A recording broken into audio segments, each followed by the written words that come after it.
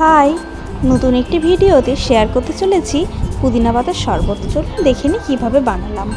প্রথমেই আমি নিয়ে নিয়েছি পুদিনা পাতা। এটা আমাদের গাছেরই একদম টাটকা ফ্রেশ পুদিনা পাতা। আমি শিলে এটা ভালো করে বেটে নিচ্ছি, আপনারা চাইলে মিক্সিতেও বেটে নিতে পারেন।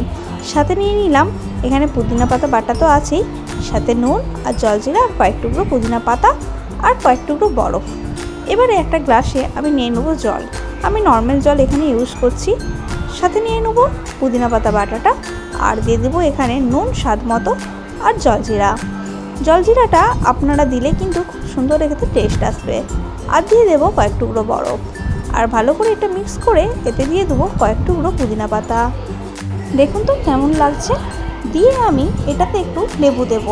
অবশ্য লেবুটা অপশনাল, আপনারা চাইলে দিতেও পারেন আবার নাও পারেন। রেডি হয়ে গেছে পুদিনার শরবত। আসছে নতুন কোনো ভিডিওতে।